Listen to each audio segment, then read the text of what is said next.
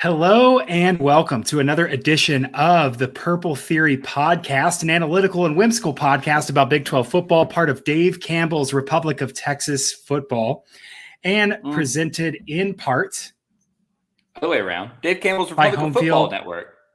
Republic of Football Network. You know what I do every freaking time, Grant? I don't even care. Whatever. We're just going to leave this in. Is I had the YouTube up because I shared the link, and then I hear this seconds after me just coming in and just blasting me from the ears. Let me try all that over again because I wrote this damn intro. I'm going to do it again. Okay? Do it again. F it. We'll do it live. We'll just do it live. Okay. Hello and welcome to another edition of the Purple Theory podcast, an analytical and whimsical podcast about Big 12 football, part of Dave Campbell's Republic of Football, and presented in part by Home Field Apparel. I'm your host, Parker Fleming, and I'm joined by my co-host and friend, Grant McGalliard, as we preview tonight the Texas Tech Red Raiders and their 2023 football campaign. Grant, how are you this evening? I'm doing great, Parker. I hope Ishmael Johnson doesn't come down and beat us both senseless for misnaming the name of the podcast network. Parker, I'm doing great. I have a question for you, if you don't mind. Please. Tell me how you felt when you learned that Cormac McCarthy passed, and tell me what your thoughts are about the Blood Meridian or the Evening Redness in the West. Okay, well, I'm gonna totally hijack your question, but I will say, one, I am trying to act more. Okay, one thing I don't like online is when people, and I'm not accusing anyone of doing this in particular, but when people take a celebrity's death and one, make it about themselves, or two, try to act like it's something that it's not. And my response to Cormac McCarthy dying was, damn, he was really old and he lived a very fulfilling life and created some great artwork. And this is a good time as any to remember him. And yeah, so that was kind of trying my attitude. It was like, yeah, that's very sad. And what a great figure. And I think my only tweet about it was that out of all the times that a human could be alive, we were alive in the one that had both Outcast and Cormac McCarthy. And I feel pretty friggin' good about that. That is pretty sick. I've been going through, I've been rereading Blood Meridian. The Road is up next. I need to check out No Country for Old Men from my library and reread that again. But there are quotes our listeners have tweeted us before. There is no joy in the tavern as there is on the road unto. He wrote, he was a very heavy metal author. Put it that way. It's like everything he wrote was very heavy metal. Not to be read lightly. Yeah. And like the horse trilogy found me in a really special time in my life. I moved west and wasn't sure what I was doing with my life and felt very simpatico with, with old John Grady Cole running off to Mexico, trying to figure things out. So I think it's great. And definitely I love that his art is so good that people have done stuff like turned his books into movies that absolutely hold up. Like No Country for Old Men is an amazing book and an amazing movie, and they're not amazing in the same way. And there's not a lot of pieces of art that you could say that of. And so I think that's a testament to his original vision. You saw the same stories of I think, did you see the James Franco quote where James Franco was trying to work on him with some adaptation? And he's like, why did you write this character so sad? And Cormac McCarthy's like, I don't friggin' know. Yeah, I felt like a thing to do at the time. I'll plug one more quote just because I think it's maybe my favorite. It's from the Judge Holden in Blood Meridian, but it's whatever in creation exists without my knowledge exists without my consent, and that is a fantastic sentence to write. And as we talk about Texas Tech, and we indulge in the stereotypes of the old American West and make fun of Lubbock for being a tumbleweed-ridden wasteland, Blood Meridian comes to mind. So, yeah, no, absolutely. It's very appropriate with the theme of West Texas. RIP to Cormac McCarthy. Grant, I did have one more piece of banter before. Yeah, please. We got to actual stuff that we prepped and everything. I wanted to ask and tell you what you've been listening to lately, because I have two things, and one of them I think you're directly responsible for, and I don't know why, but okay. I believe you are. So one of them, I've been listening to The Wonder Years, Suburbia, I've Given You All and Now I'm Nothing, which is a great angsty kind of My Chemical Romance Went to College sort of a vibe of like, just kind of good bar band rock. Really enjoying that. Haven't dived deep into the Wonder Years, but like them. The second thing that I've been listening to that I think you're responsible for is The Rainbow Wheel of Death by Dougie Poole. Does that ring a bell for you? And I think this is a consequence of the For You tab and seeing you replied to someone about it. And I thought, you know what, if you're listening to it, I'm going to try it. And damn, if I don't love it. I think it's been very interesting. It's really good. And I am not going to like burden our listeners with me trying to figure out who I was talking to about that album, but it's really, really good. It's absolutely fantastic. There's instrumentals on that album. There's very cleverly written lyrics on that album. Fantastic. It's been in rotation for quite a bit. I will tell you the one thing I've been listening to is Blaze Foley's Sitting by the Road, album that he recorded a couple of years before his death. And I don't think was released until around 2004, 2005. I slept by a tree with my dog by my side at the ranch house that my family has, and just listened to Blaze Foley and had that on repeat. And it was very, very, very good. So that's what I've been listening to. Yeah. Very pro experiential listening in many ways, shapes, and forms. But yeah, I just thought that was nice. It was like, I don't listen to a lot of new stuff. I'm pretty solid with like, what's my rotation? And so I was very pleased that I thought on a whim, let me try this new thing that I saw. And it rips. Yeah. Yeah, it's great. Absolutely. Plus the new Queens of the Stone Age album. Very good. Big. I haven't gotten into that. Have you listened to the new Isbell? Yes, it's also very good. King of Oklahoma is a devastating song. There are two, maybe three excellent songs on there. Yeah. And there's some that don't quite hold up. But well, I have to ask myself, like, were any of his albums ever great finish to finish besides Southeastern? Like, Southeastern was the peak, and then he's got a lot of good songs about it. So I can't like hold that against him. But I definitely was like, I don't know about some of this, but it definitely has some good highs. I'm not mad about it, but I mean, King of Oklahoma is a high to me. Yeah. That's a fantastic song. Pretty good. We are going to talk about the Texas Tech Red Speaking, Grant, of the Kings of Oklahoma. Speaking of the Kings of Oklahoma. The Texas Tech Red Raiders. Hey, listen, Baker Mayfield, Patrick Mahomes, et cetera, et cetera. They beat them this year, man. They are reigning Kings of Oklahoma. Yeah. Parker, I have a fun fact about Texas Tech for you. Please. Are you ready for this? Yeah. They are on homefieldapparel.com. Parker, let me tell you, Home Field Apparel. We are so glad to have them back, partnering with us again for this podcast with the entire Republic of Football podcast network.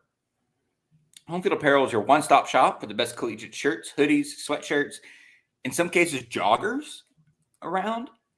And you're asking yourself, is Texas Tech on homefieldapparel.com? You bet they are. There's joggers. There's a Guns Up t-shirt. There's anything you could want. I'm so jealous that Texas Tech has joggers, honestly. And if I wasn't a giant human being, I would purchase a pair of joggers from Home Field. But it's hard to fit a 36-inch inseam. So I'm kind of cut out in the cold there. All of the shirts, comfortable as hell, based out of Indianapolis, Indiana. So many old school designs for almost any school. I wore a Lucky Home Field shirt for TCU's entire run last year. It gets you into spirit for games. Our listeners can use the promo code DCTF. That is DCTF for 15% off for all new customers. And Parker, 10% off for returning customers, which is awesome. So it's DCTF at homefieldapparel.com. Thank you to Home Field for returning to the podcast and providing us with some incredibly soft and comfortable gear. Fun stuff. Love the folks at Home Field. Pretty sure I got something in the mail from them today. I don't know if it's standard. Nice. I don't know if it was promo or if it was something. I haven't opened it, but we'll see what it is. So fun all the same. Love the folks over at Home Field. I think the first thing we need to address with Texas Tech this offseason, Grant, is something that they have done in pretty poor taste. I would say this is in poor taste. I have a take about this. They've inducted Mike Leach, rest in peace, into their Hall of Fame. If you're unfamiliar, he and Texas Tech had a pretty substantial falling out over allegations that he was locking players in sheds and all sorts of unsubstantiated nonsense, I think is the claims that we'll say there.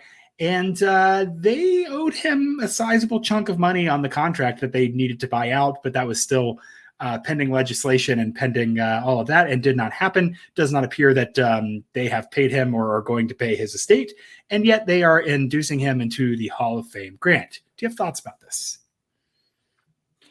Yeah, I do. And that is that, how dare you, sir? First and foremost, I listen, does Mike Leach belong in Texas Tech's Hall of Fame? Yes, 100%. I brought that program to heights heretofore unforeseen, which are two words that are hard to say back to back. But like that win over Texas is pretty much the apotheosis of Texas Tech's football program in 2009, and Leach was the reason behind that. He belongs in that Hall of Fame, but the way they treated him and the way they cut ties with him doing it posthumously is the coward's way, in my opinion. And I'll say that on record. That's it's the coward's way. Disappointing there. And of course, I think that we could say even more broadly, they severed their ties with Mike Leach under false pretenses, or at least believing things that didn't necessarily happen, and then made no effort to correct those in the public eye after they did that. So yeah, kind of gross. But again, everybody evidently has their blood on their hands and all that. But RIP to Coach Leach, whose influence into the sport has been revealed to me time and time again. As I continue to learn, I learn more and more about that. And he certainly is worthy of a Hall of Fame. Whew. Like the Hall of Fame. He should be in like the Hall of Fame. Yes.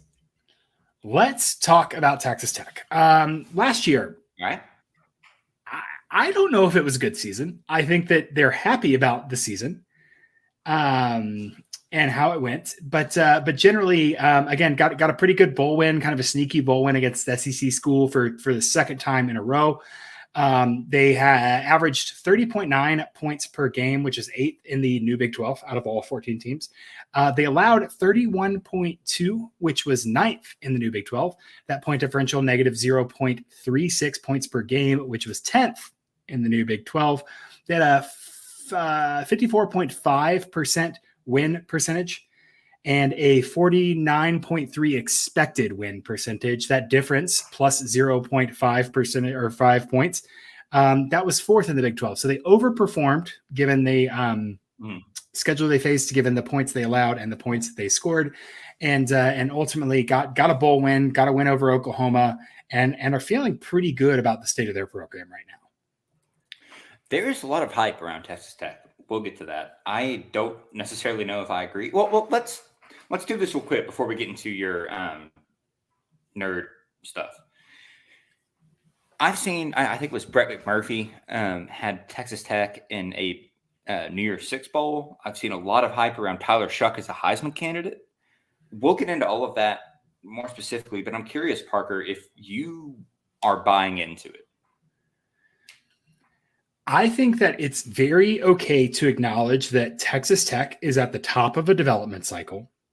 Mm-hmm. I think it's very okay to acknowledge that they have some very interesting pieces on both offense and defense, and they're returning a lot, while acknowledging that because you have some necessary conditions for being the Big 12's it team, does not mean that you are guaranteed to be the Big 12's it team. So I'm cautiously optimistic, although I think their ceiling is much lower than Brett McMurphy does, for instance.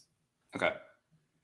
That's fair. I as we wrote this preview and as we went into all the different position groups and everything, I started talking myself into Texas Tech. You and I think both are believers in Joey McGuire and that he's at least fostering a pretty good culture around that program. But I don't know. I'm curious as we go through to see how the points stack up and how we rate Texas Tech. What is good for Texas Tech at this point, right? Like, I think that's a question we have to answer before we do anything else. What's good for Texas Tech? If you look the last, 1, 2, 3, 4, 5, 6, 7, 8, 9, 10, 11, 12, 13, 14. It's been 14, 15, including this last year, 15 seasons since they've had a double-digit win season. And that's the only one they've had since 1977. So 1977 to now, they've had one double-digit win season. I was not aware it was that bad. Mike Leach should be like enshrined somewhere. He should have won the Congressional Medal of Honor. Yeah, kind of amazing. Kind of way worse than you thought, which is not like, I don't even need to knock on Texas Tech. I just mean to be like, dude, if they won 9 games, that would be their best season since Leach by a lot. 9 regular season games, that is, not in a bowl. Yeah. Yeah. And I think to answer your initial question, what is good for Texas Tech? I think this year there are so many expectations for this program. 9 wins might kind of be like, all right, if they hit 9 wins, I don't think Cousin Will or Hunter Cook or any of the nut jobs that I follow that support Texas Tech are going to complain. I think 8, you probably drop a game you weren't supposed to. I think 7, it's like, well, okay, maybe this roster wasn't as talented as we thought it was. And 6 is Joey McGuire can't hack it. So I think you have to win 9. They kind of put themselves in a corner. Yeah, I mean, it does feel like they need to be flirting with Arlington pretty substantially. And the issue with 9 is their non-con, which we'll talk about the schedule there. So it's a difference between flirting with Arlington and 9 wins are not necessarily the same thing, because their non-conference is pretty rough. And if they, they almost have a guaranteed loss there. So we'll see. I think as we break down the sides here, what we'll end up seeing is that, again, we're going to see an offense that if it works should be pretty fun. A defense that has some question marks, but like, that's Texas Tech every year. And so I don't know how different they are. I think if you're believing in Texas Tech this year, you're believing in the fact that they're at the top of the development cycle. We're in year 2 of the new era, and that somehow they can shake off some dust that has not been previously shooketh off of boots, and make their program into something. So I don't know. I'm a little skeptical. Let's dive into the offense, and not languish here anymore. Let's go into it. I'll read some stats in the Grant. I'll let you drive a little bit on the offense as we talk about it. Sure. And I'm going to try to do something this week. I'm going to try to not, if my rating is not very different than yours, I'm going to try to not spend very much time on this. I think that we don't need to marginally disagree. Yeah. So we'll go quicker there. Cool. Texas Tech Red Raiders 88th in EPA per play on offense. They were 60th in success rate, 92nd in passing success rate, 19th in rushing success rate, but their rush rate over expected was minus 6.9 percentage points. Nice. And that was 23rd in the nation. So they did not run the ball a lot, which explains why their rushing success rate was so high. They passed a lot, had high volume, had low success, and they were 103rd in EPA per pass. Last season, they had 2.25 net points per drive just points per drive, which was 70th overall. And they had an ECHL ratio of 46.4, which is 98th in the nation. So not very good game control. This offense was not very consistent and not very explosive. Felt like they needed mayhem to score overall. And like we talked about on our podcast last year, Grant, they were kind of an island of misfit toys. There was talent in a lot of places, but it didn't exactly fit together well. That's 100% true. So I want to talk a little bit about the central tenets of the offense. So the god, Zach Kitley, is the offensive coordinator. Our sweet boy, the man who made Bailey Zappi into a, Hercules, essentially, at Western Kentucky, formerly of Houston Baptist, an incredible scorer for Joey McGuire, bringing him down to Lubbock last year. The question is, he's going to have to play Tyler Shough at quarterback. You and I know, like you said, we're going to try to move through this a little bit quickly. I am not very sold on Tyler Shough, probably a little bit less sold than you are on Tyler Shough. But the philosophies of this offense are, it's basketball on grass. It's ball out quick. Last year, Texas Tech was forced to play 3 different quarterbacks. All of them had at least 150 snaps. None of them had more than 260. Donovan Smith actually led with 255 snaps last year at quarterback. They get the ball out quick. No quarterback had an average of more than 3 seconds to throw. Baron Morton took 2.94 seconds. Tyler Shough took 2.9, and Donovan Smith took 2.73. They run a lot of screens, at least probably one per. So at bare minimum, 1 out of every 8 passes from a Texas Tech quarterback was a screen. It's a lot of screens. That's probably if you have a good offensive series, you're running a screen at least once. if you pick up a first down. Rushing game was very zone gap agnostic. They do both. They don't necessarily care about which way they go there. It's QB centric. You need a lot of wide receivers to comply with all the reads. So let's delve into the quarterback a little bit. It's going to be Shuck. You lose Donovan Smith, who transferred to the University. Shuck's been injured a ton. Can I point out just for a second, because we're not going to talk about him anymore? Donovan Smith is sick. Donovan Smith is like one of my favorite college quarterbacks. Yeah. like the fact that I don't even know that we've done like a scheduled deep dive on like last year or whatever, and maybe we should do that, whatever. But like we just need to talk about the fact that like Donovan Smith just like absolutely bludgeoned the shit out of Texas, and that's why Texas Tech beat Texas. And it wasn't just like fluke fourth down stuff. Like the fourth down stuff mattered, but he threw for like 330 yards. Like legitimately, just Donovan Smith just all over Texas. It was great. It was great. No, like Donovan under Dana Holgerson's going to be wild. Is it going to be good? I don't know. Is it going to be wild? Yes. Appointment viewing. Yes. 100%. Shuck, for those that have been living under a rock, is a transfer from Oklahoma. Or not Oklahoma, Oregon. sorry, Oregon. Yeah. Both start with an O. Missed a few weeks last year with a shoulder injury. He missed the final 9 games in 2021. So last year, 59.3 completion percentage, 7.5 yards per attempt, 9.9 ADOT, an adjusted completion percentage, by the way, of 70.3%, which pretty darn good. His breakout year was at Oregon was 2020, in kind of that COVID shortened year, where he had a 63.1 true completion percentage, 9.6 yards per attempt, and an ADOT of 9.7. So I can see why people are talking themselves into Shuck. He steps him in the pocket. He's a willing, if not like an agile scrambler. Like he will if he needs to. And he has arm talent, I guess is the best way to put it. He's got a daggum good arm. He's a good QB. I don't know if he deserves Heisman hype, but he's a good QB. He really is. I think he's fine. Yeah. I think it's interesting to see that they've gone from Alan Bowman to Tyler Shuck. Like, what's the deal with their like conditioning and training that like quarterback keeps getting issues, but that could just be a fluke, right? Like, could not matter.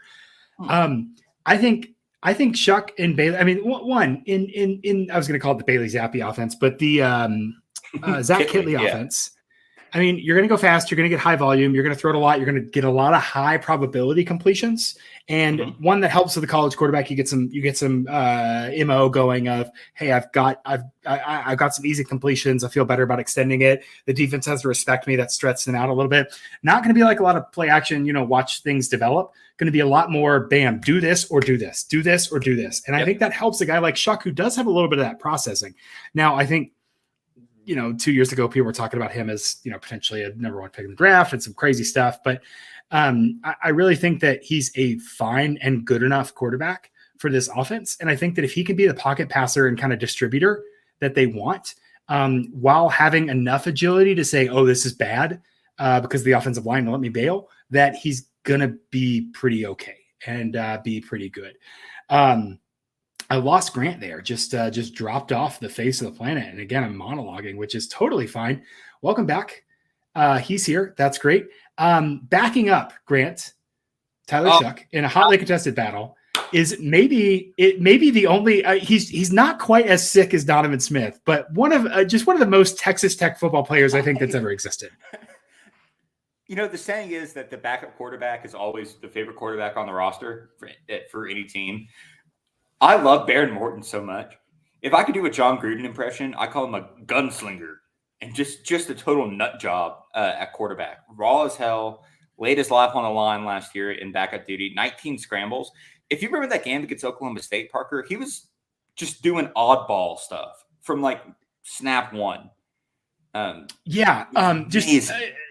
There's like a he just has like a chaotic aura like around him. It's just like red and ominous. Like stuff is going to happen. I think absolutely gunslinger. And the big question here is like, when they put him in, can they actually run an offense? Because what they did and had success with last year was like, hey, Baron, we're just going to run like 50 different plays. They're all going to be extremely different, and they're all going to be extremely different concepts. And we're just going to run them and see what happens. And so the question there, and the reason I think Chuck is starting, is not only experience, but is like, hey, we need you to be able to like actually run an offense. And this thing works a lot better when you're like trusting the process and everything, and not necessarily playing backyard football. There's an old YouTube video that I won't even bother linking, but there's a quote in there we used in college, which is just be a normal guy. Just do something normal. And Baron Morton refuses to do that, and Tyler Shuck can. But his charm is that he's not normal. And so they're got to figure out a way to harness that. And it's nice that Kitley gets a little transition period for him to take over next year, presumably. I tweeted this, but I believe it. If you're a Baron Morton truther, stay in line. You can still vote. The polls are still open. I think there's plenty of opportunity for him to be a fine Big 12 quarterback going forward. So, Grant, where did you – Sorry, wait, I have to get a joke out. I'm gonna send a tweet that makes no sense, and it's the handshake meme, but it's just Baron Morton and Marianne Williamson, and I'm just gonna tweet that. It's gonna be so okay. Our queen. Yeah, we got to finish the podcast early tonight. I think she's doing a Spaces later, and I want to get on. So I need to get in there. All right, so look, Shuck's a good quarterback. I don't know if his top ceiling is as high as others think. It's certainly higher than Morton's, which is why he's starting and why he's getting all this sort of hype. There are worse places to be in the Big 12 if you're Texas Tech. Like Tyler Shuck is your starter, Baron Morton doing wild stuff if he has to come in. With this weaponry, dude, it's a good quarterback room. I have this as a 12 out of 15. I don't disagree. I've got 13. I think right now I have it so far out of what we've done, the highest rated. I think they have two guys who are good enough to do what they want to do. Yep, fair enough. So let's speed on to running backs. The Taj Brooks experience rolls on. There are a couple of places in here where I have a shithouse question. Taj Brooks is 5'10", 230. We've got to come up with some kind of continuum. We got to workshop the naming here. Every daggum episode, but he's 5'10", 230. He's a shithouse. Do I want to tackle him? No. No, hell no. Senior, coming off a season, he had 4.5 yards per attempt on 134 attempts. Zone gap mix was 73-59. So that's not percentages. That's raw numbers. So a good diversity. Tech does lose to Roderick Thompson, which is a big blow. Explosive guy, 5.1 yards per carry. He had 8 more 10-plus yards. That's such a hard way to phrase it. 8 more runs of 10-plus yards than Taj Brooks did on an even amount of carries. And on a more even zone gap split. So Roderick Thompson, good running back. Super explosive dude. Super explosive dude. Gonna be a big loss. Is a big loss. Yeah. Filling Thompson's role is going to be Cameron Valdez. Incredible name. Shout out Cameron. He'll slot in the second running back role. Okay. 5'9", 205. Can we get spark plug? Can we get fire hydrant? Where I got to know how fast he is. I don't know. Okay. I don't know how fast he is. Yeah, that determines a lot of this. Okay. So he's a sophomore, but last year, 8.2 yards per attempt on 19 carries. Not a lot of carries. That's pretty daggum explosive, man. Yeah, absolutely. I guarantee those were all against, I don't know. Oh, bad. Sure. But he's going to be the guy in the second spot. You have questions about Anquan Willis. Cameron Valdez, 17 carries versus Kansas. There it is. Well, you know what? 8.2 yards per attempt. So 17 snaps. Yeah, that's great. Okay. Okay, so I'm interested in Anquan Willis. I want to see how deep they go because I think they'll give a lot of guys carries, even if they have fewer carries. I mean, again, success rate was 19th in offensive rushing success rate, but again, 23rd in rush rate expected. They're not going to rush very much. Can they get anything out of this rush game to take some pressure off the pass game? I think is very important. And Joey McGuire said, I'm really happy with Anquan. He didn't get to play in the spring game, but he showed me some things that reminded me a lot of Abram Smith at Baylor. Grant, say what you will about the Baylor Bears and about their fluky 2021 season. Abram Smith was an absolute bowling ball. And we saw last year in 2022 how much Baylor suffered from not having the automatic 3rd and 2. Like Texas Tech is already mad scientist laboratory with going for it on 4th down. And with even one, they kind of get in their own heads. They'll like run it on 2nd down to get 3rd and manageable so they can set up 4th and man. Kind of dumb, but it's too cute by half. But if you have Abram Smith, you have an automatic conversion weapon. And so if you have something like that, I'm very optimistic about this running back by committee. I think Brooks is pretty versatile. None of these guys really need to be involved in the pass game for the pass game to work. Sure. They don't really need to pass block for this to work. And there's not a lot of like play action stuff. I think they just get into good rushing spots and convert and then break off an explosive play every now and then. So I'm actually really high on this room. I don't think they're going to matter a ton. And because of that, the role that they have is pretty small. It's pretty narrow. I'm going 9 out of 10. Damn, man. I have it as 7.5. Secondary and Tech's offense, legit talent. Parker, you and I talked before this. We had a production meeting, and we were like, you know what? We're going to be concise. But you just brought something up. You just brought something up that I remembered from last year's Tech team. The amount of times they went forward on 4th down, and against TCU, how horrified Gus Johnson was by how often Tech went forward on 4th down was amazing. Like, he was like talking about Joey McGuire like he belonged in Guantanamo. Like, he was so mad. And you just love to see a guy get like increasingly frustrated with something. Yeah, he's like, I don't agree with this. And then by the very end, he was like, what the damn hell? Gus Johnson did not say what the damn hell, but no, but yeah, anyway. You can imagine. Yeah. And again, I think that like, again, an analytics guy, I'm like, hey, that's good.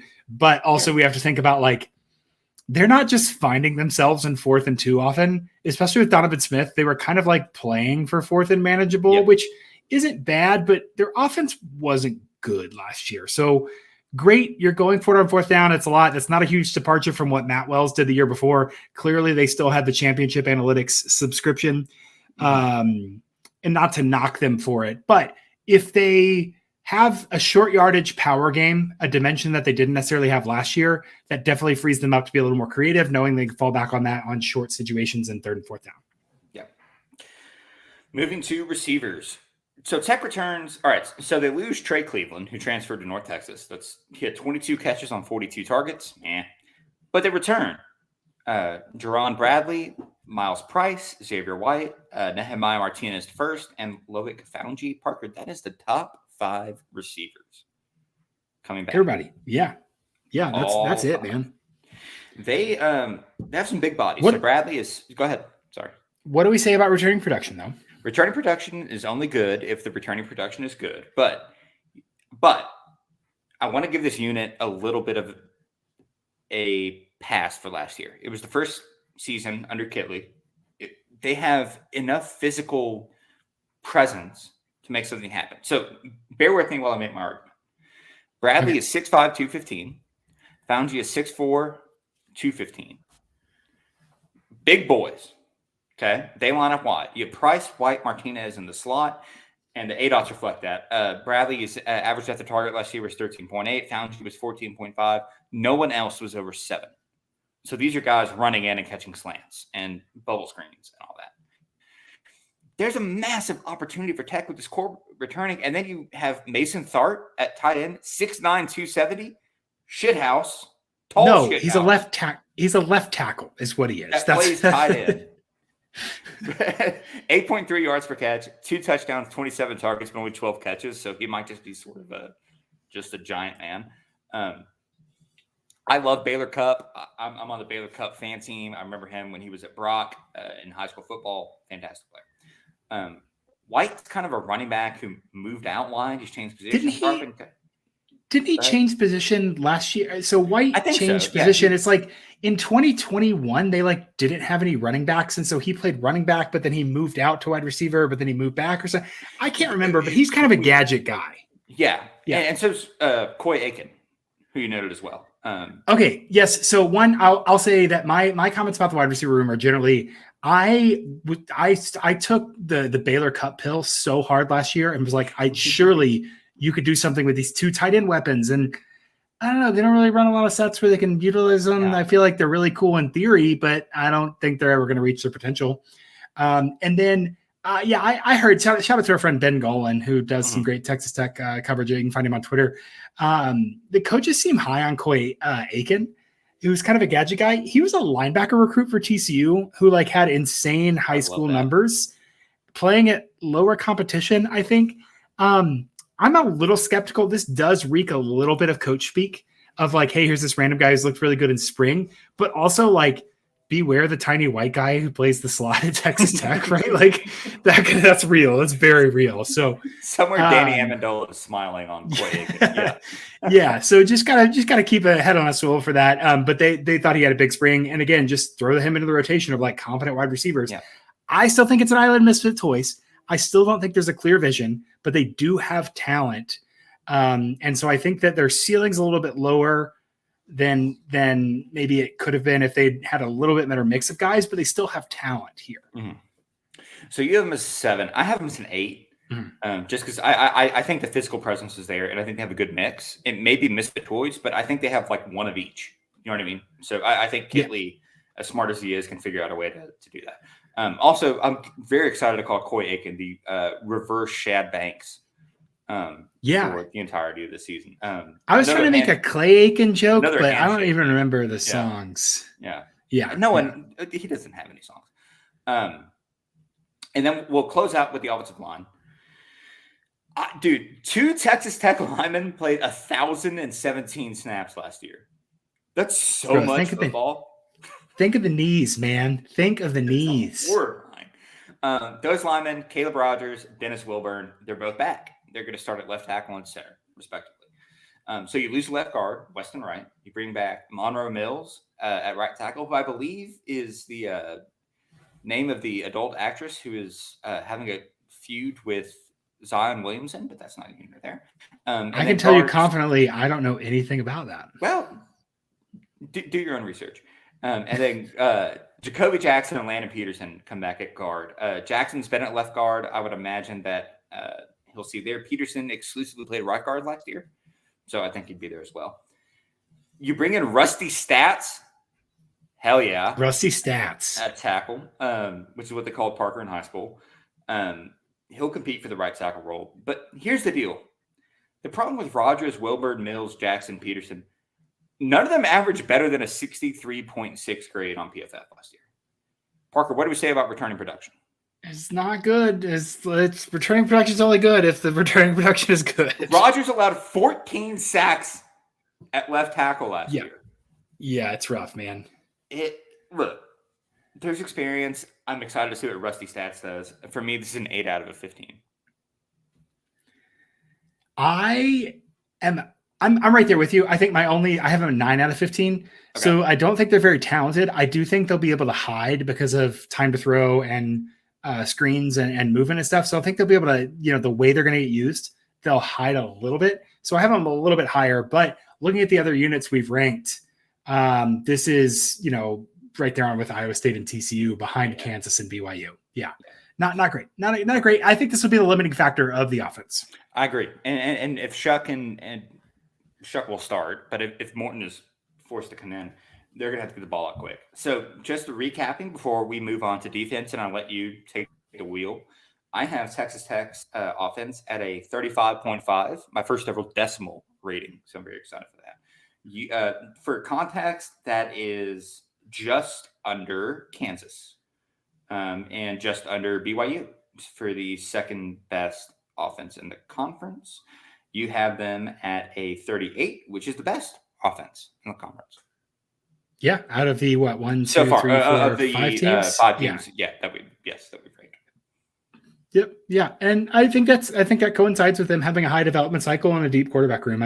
I feel good about that. So, again, I love this exercise of putting pen on paper and putting numbers down because it does make me think like, okay, do I feel good about what I've kind of empirically tried to assign values to? And sometimes I'm like, yeah, this is great. So, okay, let's talk about the defense for a little bit. Reading some stats just on them.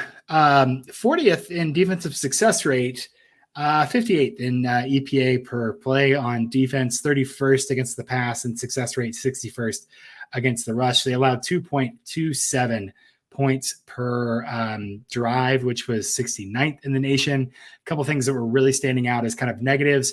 123rd in field position. I'm actually on the fly, maybe going to revise my special teams grade. We'll see about that. And then 103rd in echo rate allowed. So allowing a lot of quality possessions, even as they denied points, only allowing 4 points per echo, which is 62nd in the nation. 103rd echo rate's not good. They're giving up a lot of opportunities there. and really kind of committing some unforced errors. So a rough unit that had some really good talent and lost some really good talent. I believe, I don't know if I said this out loud about the offense, but the offense returns 75% of returning production, which I think is 5th in the conference. The defense returns 52. So they were bad. They've got some new guys in there, but also they're going to be young on the defensive side of the ball. Yeah. I wonder how much that involves Tyree Smith. But that's not here or there. Probably a lot.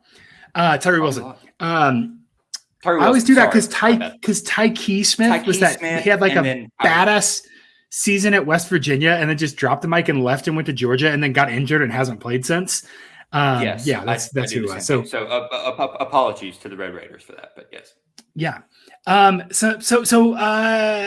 Defensive coordinator Tim DeRuyter. I'm going to make a claim about Tim DeRuyter. I think he's a college football legend, and I don't think we acknowledge that enough.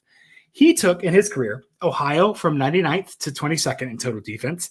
He took Navy from 78th to 48th. He brought Air Force into the modern world with a 3-4 defense and brought them into the top 10 of defense kind of in Mountain West years, so TC fans should be acquainted with that defense. At A&M he was at A&M under Mike Sherman. He's Fresno State head coach, and wheels kind of came off at the end, but was pretty good before stuff kind of could hold. And then he went Cal, Oregon, and now is at Texas Tech. So a lot of places he's been. The defenses have gotten better. One fun fact is that he does have the best winning percentage of any Texas A&M head coach ever. He had an interim capacity where he won one game, and therefore is undefeated as a Texas Tech or Texas A&M head coach. There's a distinct possibility that the United States Secretary of Defense was complaining about Tim DeRuyter on a Texags at some point, which I just want to point out is like a real thing that happened. Oh man, what a time. Mike Sherman. So, tell me about Timmy. What does he bring to Texas Tech? Okay, one, can you just look at this screenshot? I know this isn't good radio. The screenshot I posted in here. What the hell is this? This is like a base formation. It's a 3-4. It's a 3-5. It's a cover 1-3. It's a cover 1-3-4. There's just a lot going on here, and the way they use these guys that are like linebackers, not linebackers, because one of those guys is Tyree Wilson that's standing up. So they have 3 tackles in there, and they have linemen. So they play like a weird. So right. Let me rephrase what I'm saying. The way that they line up is not weird. Who they have where is weird. So it's an odd front. Yes. And as watching it, I kind of was thinking like it's a lot of like a Swiss Army knife, right? They're getting a lot out of a little. They really want to disguise coverages and blitzes out of a few simple fronts. Really has a good history with highlighting athletic edge rushers, Kevin Thibodeau, Tyree Wilson, and really likes to kind of blur this swing position between outside linebacker and edge, which puts onus on opposing lines to be like, who's going to be in coverage, who's going to rush, where are they, and keeping track of them. And there's this fluidity as well with kind of, are we in a 3-3-5? Are we in a 3-4? And so you kind of get these swing positions of edge and outside linebacker and safety kind of moving in. He's run the 2-4-5, and I think people like to talk about that a lot. That's not meaningfully different from a 4-2-5 in terms of personnel. And so it's very slight differences, but again, very basic formation. And then a lot of disguising is kind of what he's known for. Yeah. You have a note later in here, and I'm sure we'll get to it, about the star role, or terminology differs program to program. But it kind of reminds you a little bit of what Aranda does with Jalen Petrie, right? We have like this guy who's like a maniac. Yes. But Petrie, star is more like a nickel. Linebacker and safety and kind of crashing. Right. And yeah, exactly. He was a nickel, whereas he uses like Wilson and Thibodeau rushers in that sort of hybrid role. Yeah, there's just a lot of like fluidity. Yeah. And so they'll call it a star, but it's kind of different. I don't know. So we'll get muddy when we talk about linebackers because like I think I graded linebackers with one guy, but then you put him as a safety. We'll just have to. I don't know. We'll figure it out.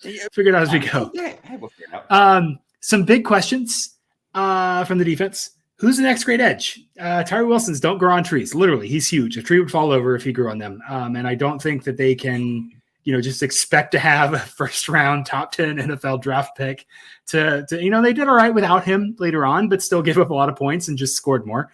Can the run defense take the next step? I think that they, weren't great at run defense, and they were, that split of like 31st in passing success rate and 61st in rushing success rate allowed, teams were able to run the ball against them.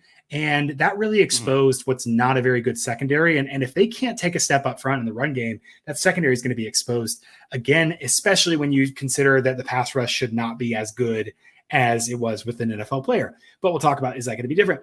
Third, last year, the pass defense was kind of like don't bend, break. Like they are 31st in success rate, right? But they gave up some big plays, 60th in EPA per play. Can they flip that? Can they say, hey, you have to get multiple successes against us to keep the chains moving? Not, hey, we're going to get in third and long and blow our coverage and let you go deep. So big red flags for me on the defense. I am a little bit concerned here, but not any more concerned than any of the normal Texas Tech things, I think. So we'll see what the mix of experience and transfers leads into. Engage in stereotype.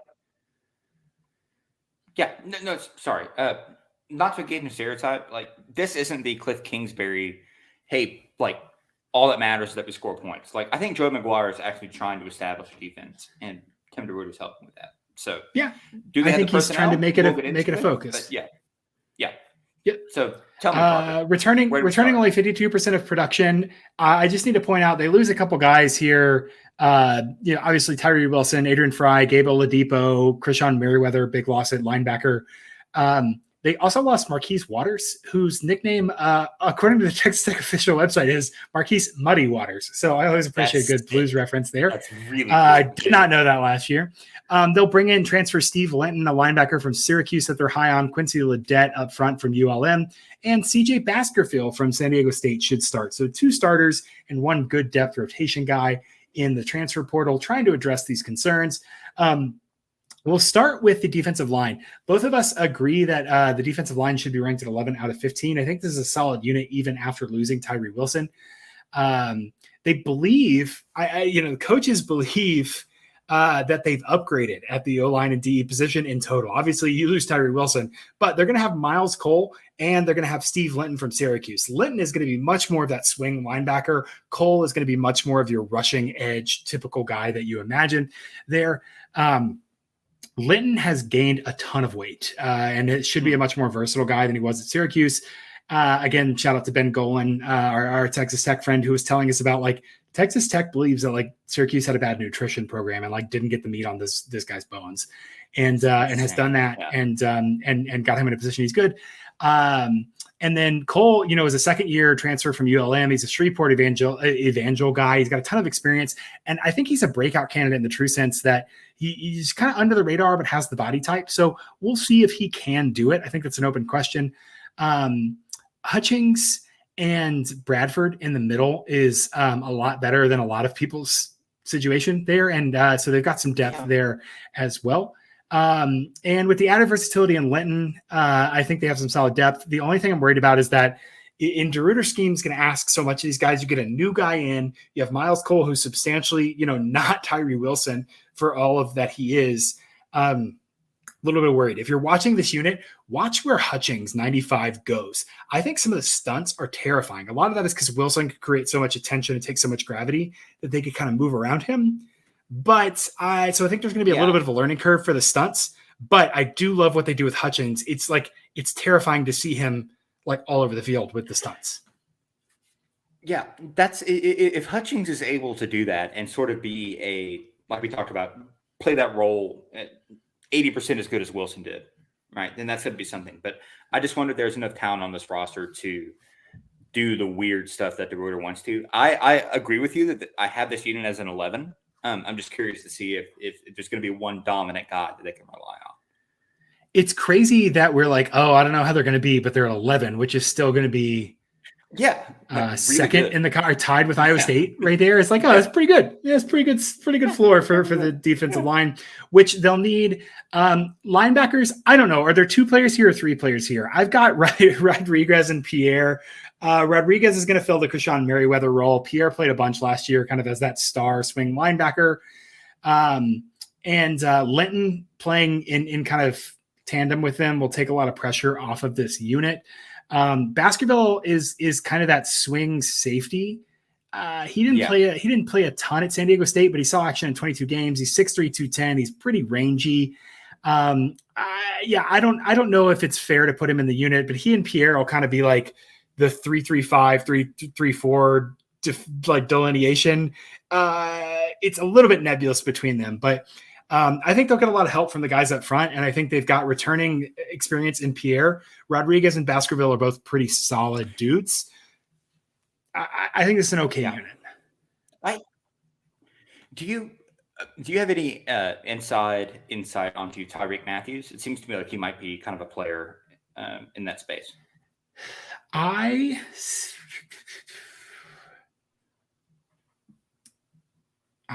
don't. I have him as second in the lineup, so he's just like played a bunch, right? Four-year Letterman, 5'11", 235, big dude. But I think what I've seen from spring is that Rodriguez is going to play. Yeah. Okay. Fair enough. I was just curious. So you have him as a 7. Dude, I think this unit kind of stinks. Quite frankly, I'm curious to see Baskerville. Great. I will make a lot of Sherlock Holmes, Hound of the Baskervilles jokes. If he turns out to be a good player. But I had this as a 5, man. I'm not sold on this unit. I think it's going to be. I think this will be a better run stopping unit than what they had last year. So that's why I have them at 7. I do agree. Okay. It's kind of rough. I actually think though, if we have to talk about weak links, and I'm not trying to rush through this or anything, but like if we just go to defensive backs, we have to talk about weak links. The cornerback situation is tenuous. Rashad Williams and Malik Dunlap are playing. Williams had a 62 coverage grade last year, only a 45.4 completion percent against. So kind of boom and bust and kind of record scratch. Here's how I got here moments out of him. Dunlap as the second corner had a 59.3 rating. That's 2 weak links in a weak link system, right? Like that's two pressure points there. If the defensive line takes any kind of step back, these dudes are going to be left hung out to dry as plays develop. Dadron Taylor Demerson at safety, really, really good. 80 coverage grade, I think involved in a lot of the run stopping as well. A good, almost like a third cornerback, but plays in the slot a lot. Tyler Owens should be the other guy that's kind of involved at safety, and Baskerville and Owens will kind of alternate and move back and forth there. I just don't know that I can, in good conscience say like, I like the safeties a lot. I like the addition of Baskerville. I like DTD, and I think Tyler Owens is a good body in there. But if Williams and Dunlap are anything like what they did last year, and they have less support with the offensive line, we're talking pretty rough situation here. In terms of being able to kind of cover over the top. So I'm going 6 out of 10 for this unit. I have this as the lowest unit on Texas Tech's defense. Okay. I'm at 7. I think it's good, not great. So let's. And I think this is where you put Baskerville, you kind of graded Baskerville in the defensive backs, and I did it in the linebackers. So there's a point there where I have like 7 and 6 that could be 6 and 7 linebackers to defensive backs, depending on how you define it. Yeah. I'm really curious how they're going to use Baskerville. Honestly, and you're probably right. He might be more in that kind of nickel or star or safety or kind of weird linebacker role, but I think he'll be in pass coverage fairly often. So that's why I put him there. So summing up, you have Texas Tech's defense out of 50. You have them as a 25, which is second of the teams we've ranked to Iowa State. Yep. I have them as a 24, which is second to TCU in my ratings. Nice. Yeah, I think that's interesting to me because I don't want to believe that Texas Tech's defense is going to be that good, but I don't know. So we'll see. We'll see how I change that. What did you have for coaching and special teams? I had it as a 10. Oof. I had it as a 13, but then just knocked it down a point because of the field position being very bad. So I like Kitley. I like their aggression. And so I have this as a 12. The more you didn't talk me into this, but I'm readjusting back. I'm putting this back as an 11, which is where I had it. Yeah. Okay. Yeah. So I have them as a 70.5 overall. That is a 66.1 P win, that's probable win percentage, and probability. That's win probability against an average team. I haven't labeled these columns well. Yep, and I have a 92.8% of Tech winning a bowl.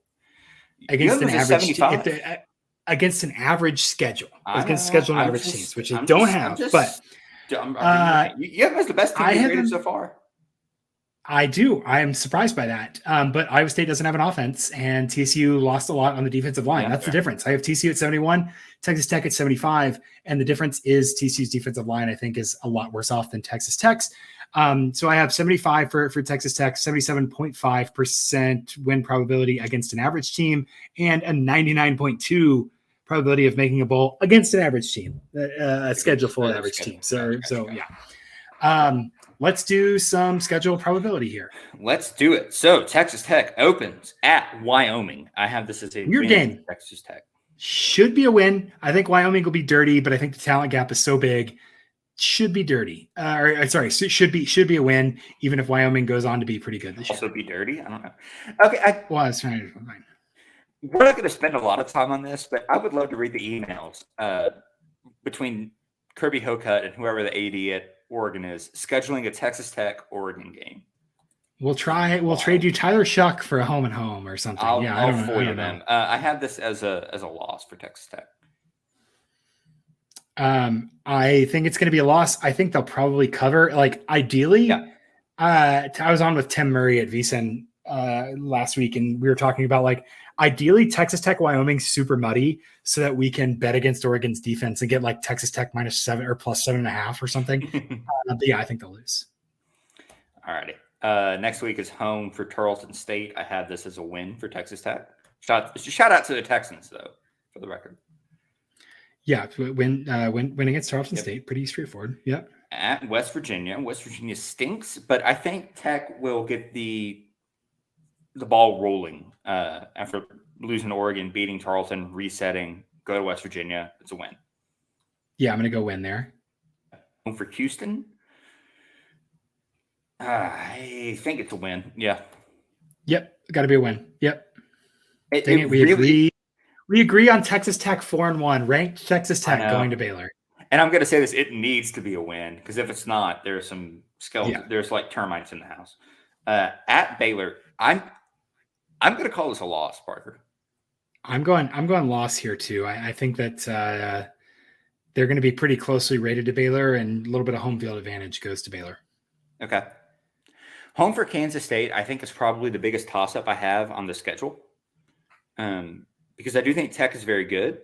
I think the home field advantage at Lubbock is real. And yet, for some reason, my instinct is to call this a loss. I'm going loss here. I think that I'm going to have Kansas State rated higher than them. Even if it is going to Lubbock. If it was like on a Thursday or something weird, we'd be talking. Yeah. But BYU, even with a comfortable home field advantage, I still have this as a pretty solid pretty big Texas Tech win. Same. TCU, I think I predicted this as a TCU win when we did our preview of the Horned Frog, so I'll stay with it and call it a win. A loss for Texas Tech. Yeah. Going by numbers here, it's in Lubbock and it's on Thursday. I have Texas Tech rated a little higher than TCU. I've got to stick with those, so I'm gonna go. It's a win. All right. At Kansas, I have this as a win for Texas Tech. Oh, we are doing best case scenario here. Let's go win. Okay, boy, you and Brevett Murphy are shaking hands. Home for UCF. I had this as a win. Imagine how miserable it must be to be in like Orlando and then go to Lubbock in like the cold, windy month of November and play at Jones AT&T Stadium. It's not great. Not great. So I'm going to call that a win. I'm going to call UCF a loss. Or sorry, UCF a win. I'm going to call Texas Friday after Thanksgiving a loss, but maybe it's like for the rematch. That would be very fun. Okay. Oh, that would be very interesting. Okay. Yeah, I'm into that. So I have Texas Tech at 1, 2, 3, 4, 5, 6. Oh man, 7 and 5. That's I'm wrong. You're predicting everyone to go 7-5. I know, and I'm going to tell you right now, I'm wrong. But 7 and 5. You have them as 1, 2, 3, 4, 5, 6, 7, 8, and 4. 8 and 4. You got to win one of Texas and Kansas State and Baylor to get that 9th win. I think that's pretty solid there. I think we were talking about 9th win. 8 and 4 here because of that Oregon game. Mm-hmm. 8-4 with a loss to Oregon still could get you into the Big 12 championship. Absolutely. We need a little help with the unbalanced schedule, but it could. That's 6-3 in the conference. That's pretty good. That would be the best. Let's do that really quick. Let's see. It'd be 5-3 in conference, right? 6-3. They're playing 6-3 non-conference games. Okay. 6-3 would be the best. They went 7-1 with Leach in 2008, so they haven't won 6 conference games. I guess 6-3. They went 5-3 in 2009. So 5 divided by 8 and 6 divided by 9. No, so this would be their best season since 2008 overall. 9. With 6 conference wins. Yeah, so I mean that would be incredible for them. I think 8-4 with 6-3 in conference would be a really, really great season for Texas Tech. They have Patrick Mahomes and Baker Mayfield. Cliff Kingsbury should be in jail. That's he's too handsome. He should be in jail. Parker, dude, he's rich. He's very rich. Hey, we have an announcement. We did this pre-recording. We already picked our next team. So this episode, if you're a podcast listener, comes out Wednesday morning. Our next episode will come out this Friday morning. And our next team is the Baylor Bears. The Baylor Bears, just cranking through this, man. This is fun. We're at Baylor will be team 6. So we're not quite halfway because there's 14 teams in the Big 12. So many teams in the Big 12. Oh my God, man. Summer's kind of get through some of these. We might have to do another two show week here in a couple of days too. Yeah. We'll talk about it. But there's a Texas Tech Red Raiders for 2023, a team that I think they feel really good about, on the rise, but still some good question marks. And given Tech's history, has a pretty low bar to clear to have an excellent season. If they hit 8-4, they're flirting with the Big 12 title, championship game rather, and have a pretty solid foundation to continue to build upward from Joey McGuire, which I think is better than any of the recent coaches of Texas Tech have done in treading water. So some reason for optimism there with Texas Tech. For Grant McGuire, spelled like it sounded with all those vowels, I'm Parker Fleming. This has been the Purple Theory Podcast, and we'll see you on Thursday night as we stream, or Friday in your ears if you're listening to this on the podcast. Adios.